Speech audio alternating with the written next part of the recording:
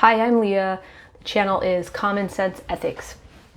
So I apologize, I have made hardly any videos this year. I've had an interview scheduled that keeps getting pushed back for various reasons. So I thought today I would do a short monologue on what is really a very important topic. And if you like the video, thumbs up and subscribe to the channel. So today I'm going to talk about free speech and why it gets so badly misunderstood. So there's basically three parts to the video. I'm going to really briefly talk about the history of free speech. Second, I'm going to talk about the rationale for free speech in the modern context and why it gets misunderstood. Most importantly, because supporting someone's right to free speech isn't the same as agreeing with what they say. Now, these two things really get conflated a lot, and that's confusing for people. And I'm going to demystify that and explain it. And third, I'm going to touch briefly on the fact that for anyone who is working towards social justice or claims to be, if they oppose free speech, they're actively subverting their cause. Free speech is really vitally important for anyone who claims to be working towards social justice, and I'll explain that at the end. So, first part, I'm going to give a really brief history of free speech, which dates back to ancient Greece. The Cynic philosopher Diogenes, who I've written about on Common Sense Ethics website, was really strongly in favor of it. Or parrhesia, that's free speech in ancient Greece. He really supported parrhesia, which meant the courage and capacity to say whatever one thinks is right, in whatever way might be affected to whoever needs to hear it, regardless of the consequences. Now, I'm not saying that's exactly how I would define it or anything like that. That's just what Diogenes thought. And during the classical period, parrhesia became really a fundamental part of the democracy in Athens. You know, you had leaders, philosophers, playwrights, and everyday Athenians were free to discuss politics and religion and criticize the government, at least in some settings. So moving on, the American concept of free speech as embodied in the First Amendment to the Constitution, which was ratified in 1791, or added, excuse me, in 1791, really originated with some of the philosophers of the 17th and 18th centuries, like John Locke, Montesquieu, and Spinoza, among others. So yeah, I'm skipping over a lot there. My aim with this video isn't really to go over the history in detail. Maybe I can get a separate guest on to talk about that at some point. That might be interesting. But my main goal is to talk about free speech in the contemporary context. Now, right now, what I see happening, or this is my opinion, is that a lot of people misunderstand free speech because they conflate the defending the civil right of free speech with agreeing with what a speaker has to say. Now, these are two very different things, okay? But this misunderstanding has happened for centuries, really, because everyone is in favor of free speech when it's their own, right? But, you know, that's just sort of, I guess, human nature, you could say. But the tendency, though, is to want to attack or censor speech that you don't agree with. But since this sort of attack on free speech, which used to be really a fundamental part of liberal democracy, seems to be getting worse, I thought that I would make this video to really clarify that conflation. Because, you know, just because you defend someone's right to speak freely does not mean you agree with the content of their speech. Okay, you could vigorously disagree with the content of their speech, and you might wish they wouldn't say what they're saying, but you can still defend their right to say it, and you should defend their right to say it. So the question that comes up there is why? Why do we defend speech that we don't like and don't agree with? This is why, and there are 4 key points to understand.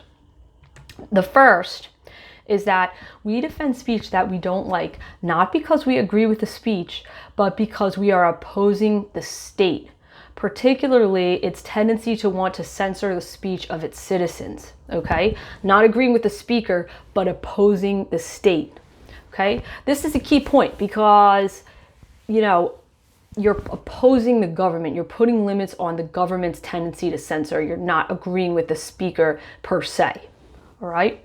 Second, defending unpopular or aberrant speech is the point okay, of having free speech as a civil right to begin with. You know, speech that is popular or that the majority agrees with doesn't need to be defended, okay? Third, if you allow the government to start cherry picking what speech you can put restrictions on, it's really a slippery slope, okay? You can't allow the government to pick and choose, you know, to say, oh, we don't agree with this, we don't agree with that. And that's a bad thing because governments throughout history tend to become more authoritarian, and they tend to exaggerate and to do things to consolidate their power. So this is why in the US there are very few restrictions on speech because of the slippery slope. The only restrictions really on legal speech are probably for incitement, yelling fire in a crowded theater if there isn't one, and also for libel, which is, I think that's publishing things that are known to be untrue, factually untrue things about someone. Okay?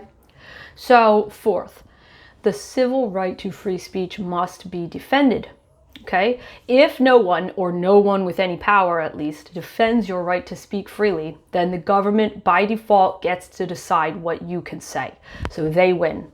And I would say that we've seen exactly this thing happen in the last couple of years with the COVID pandemic, in particular, because during the COVID pandemic, you had sort of heterodox yet evidence-based views on COVID by doctors or even scientists that were censored. You know, heterodox in that they were contrary in some way to what the government was saying. And this is, you know, doctors, journalists, scientists who spoke out against the government's COVID response. You know, they were basically censored, which means that only the government's view on COVID was heard by most people. In fact, it's even worse than that, because now there's evidence showing that government officials were telling the social media companies directly which journalists and which doctors to censor, okay? And there's a lawsuit that's going on because of this. Now, that's illegal, and that is why these government officials like Dr. Fauci are now being deposed in a civil rights lawsuit. Now, who was right about the facts? I don't know. But the point is that it should have been debated openly. It should have been debated openly. It should not have been everything else except for the official government talking points as misinformation. I made a video on that last year, or the beginning of this year. And so finally, to sum up, these are the 4 reasons why we have strong protections on speech. To begin with, to stop the government from deciding what people can and cannot say. Not because we love every ridiculous thing that someone might say, but because we oppose the government restricting their right to say it. That is why. All right? So the final area I wanted to touch on, which relates to this, is it's important for people to understand that if you are working for social justice, you need to be an advocate for free speech. You should not be clamoring, you know, for censorship for your political opponents, okay? Now, Ira Glasser, who was the head of the American Civil Liberties Union from 1978 to 2001, who I really admire and whose arguments I relied on a lot to make this video, just to give credit to him there, he argues that anyone working for social justice who opposes free speech is subverting their own cause. Now, why would this be? Well, if the government censors, say, a neo-Nazi, it can use that same power to censor anyone deemed a radical or a threat to the status quo. Not just now, but into the future. And I'm sure you can see where I'm going with this, because a lot of people who are working for social justice or were working for social justice in the past, say a lot of civil rights activists, you know, in the 1960s in the United States, they only succeeded because of the First Amendment right to free speech. They said this themselves. John Lewis, Congressman John Lewis, who was a civil rights activist, he said this. He said, without free speech, the civil rights movement would not have succeeded. Okay? So there's that to consider.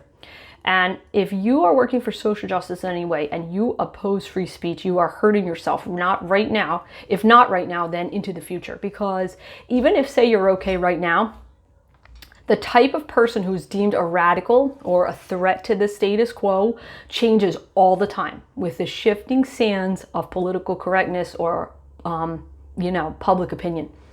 So you had better support free speech if you are in favor of social justice, because you may in the future end up on the list of those that the state wants to censor. So that's pretty much all I wanted to say in this video. I hope that you've enjoyed it. Once again, channel's Common Sense Ethics. Please feel free to subscribe. Thanks a lot.